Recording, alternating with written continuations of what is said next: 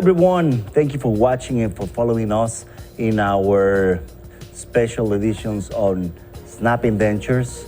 And today, we really have a very special guest, and I'm so happy to have Gerry. He's the president of the Dutch Canadian Society of London in Canada. You live in Ontario, isn't it? Yes, I am. London, Ontario. London, Ontario. And today, I'm so happy because we wanted to have a good talk about snapping dentures, and we want to give a story of everything that happened to him before, through the process, and after.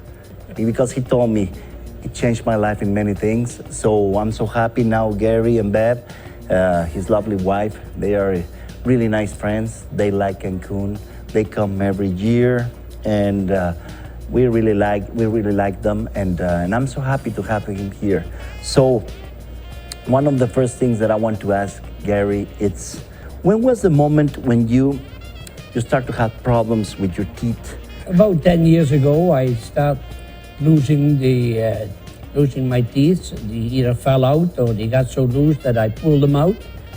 Oh, and then I got to the point that I didn't have enough teeth left. I became selective of what I could eat.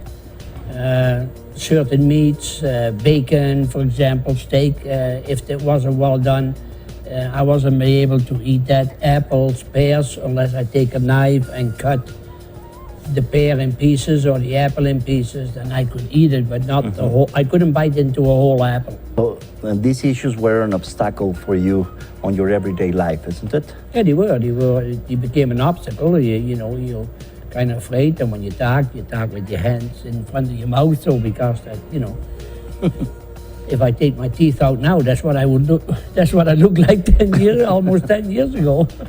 That's important. Well, yeah. What's next? What's gonna happen, and what's gonna be happening with my life? So then what happened with Gerry, it was that he had some expectations, and he went to find some solutions. And what can you say, Gerry, about that? Well, I visited my regular dentist in Canada. After they examined that, they decided that I should go and see a doctor about implants, and so I did that. And when I got the quote, when they gave me a quote, I kind of fell over, and I asked the doctor if I should mortgage my house so I could pay his bill. And to the tune of something like $42,000 they were asking me. And I said no, so I went home and we discussed with my wife what the options could be. Either go to life as I am and gum everything that you ate, or we went on a website and we typed in dentures, and we came upon the Cancun cosmetic dentistry, and my friend Dr. German Arzate and his staff, and we communicated for about 3 months. And then finally we made the decision in July of 2012 to hop on the plane, go to Cancun for 7 days, and get this done, get it over and done with. What make you, is there anything that make you think that doing a dental procedure, obviously abroad, not in your country, what did that make you, was an obstacle for you, or it was like, did you doubt about the quality of the material? So how did you search, or how did you knew that we were there? Well, on the website, one of the main things was that, they were all accredited US trained physicians, dental physicians, and their facilities, by the pictures, they looked excellent. I didn't want to end up in somebody's basement with a guy with a hatchet and trying to take my teeth out. So that's why it took quite so long before we decided where to go. There's many places in the world where they're doing medical tourism, dental tourism, and why did you choose Cancun? It was just because of the office, or Cancun, it was like a great location? Well, I think it was one of the main reasons was that, it was, I think, number 1 or number 2 on the list that showed up on Google. And secondly, from all the reports that we read, Cancun seemed to be one of the safest places in part of this country. And what was your first impression? What was was it what you thought that it was going to be, or what was your first impression about the place and about the facilities? My first impression was, my goodness, this place must be clean. Everywhere you look, you saw cleaning ladies, cleaning. So it's if it is clean, then it's got to be good, and all the service and equipment is.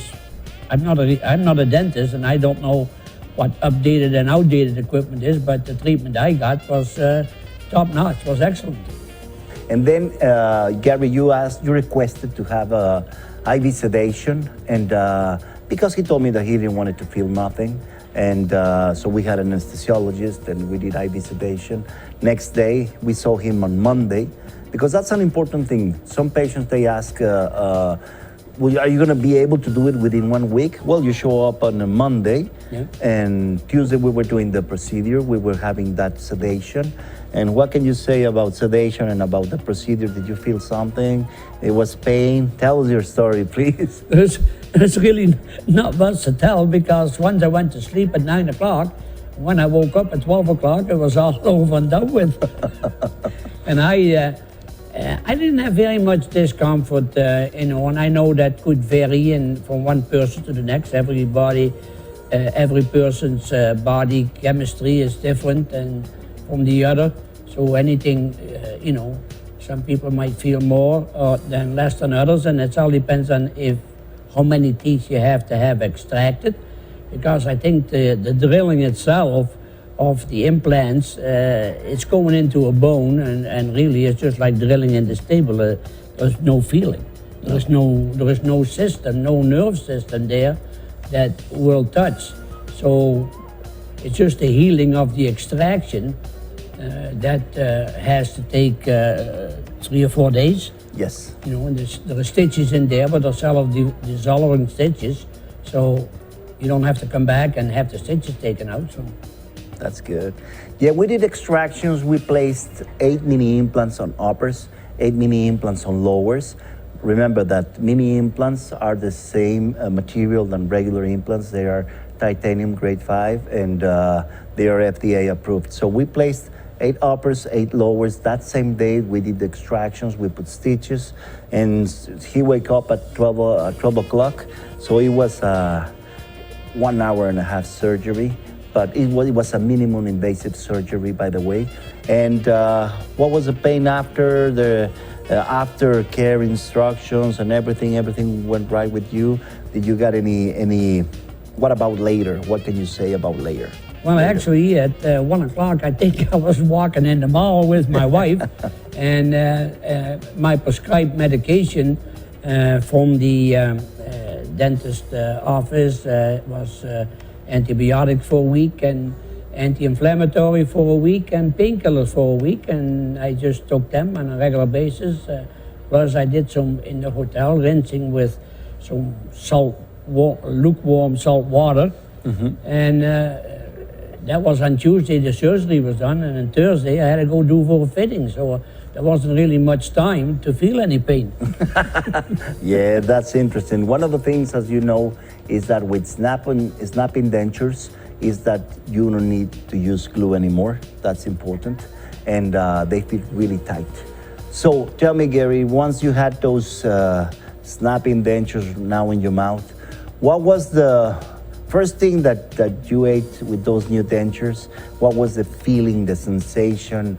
Tell us a little bit about this. Well, I think when we left your office, we went to Burger King, and I had a hamburger. That was the first thing I ate. And then when we got back to the hotel, I think I started to eat chicken. And that was the first, and I didn't have a problem with that. So the next day we went to, we tried the steak, and from there on in it went. Apples, Snickers, because I love Snicker bars, and bananas. Well, bananas is soft food, so you really don't have to chew them too well. So, but I could eat pears, apples, you name it. It doesn't hurt because your teeth don't really don't touch your gums, because the snap-on dentures are sitting, there's a little bit of a, I shouldn't say a gap, because that might be too an expressive word. It's only like a minimum space, but there's no pressure on your existing gums from your dentures.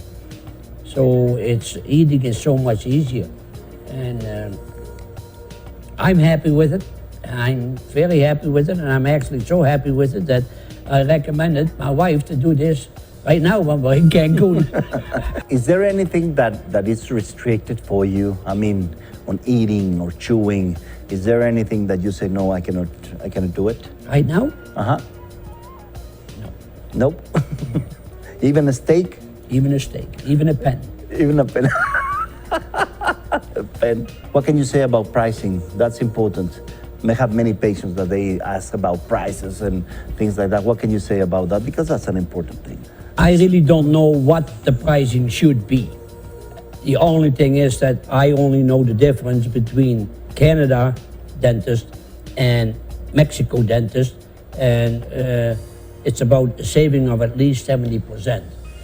Well, it has been almost 4 years that Gerry came to see us, and he had those snapping dentures, and he has been enjoying food, and life has changed obviously on the way that he managed everyday food and taste food, and I'm so glad to have you here. How was the reaction with your friends, family, and everyone about your teeth, your confidence, and everything around you? What has changed? Well, I can talk better, speak better. It comes out a little clearer than what I did before. You don't have to be ashamed to be speaking in public, because when you open your mouth, there's teeth there. So you don't look into a hollow opening when you open your mouth. And besides that, the food tastes better, because there's no top palate on the upper dentures, so you have your own palate on the top of that. So, and otherwise, great comments. We'll get this done, and I gave them pamphlets, I gave them cards, and then it's up to them to take the next step. I cannot take them by the hand and take them to Mexico.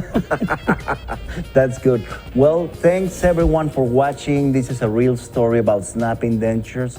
I really appreciate Gerry and his lovely wife also to come and visit us every year, because he comes every year to visit us. And thank you for watching, for following us, and for giving us your likes on our social media, because we have lots of stories of happy clients, happy patients, now happy friends, and we love you, and we will love to have you here in Cancun.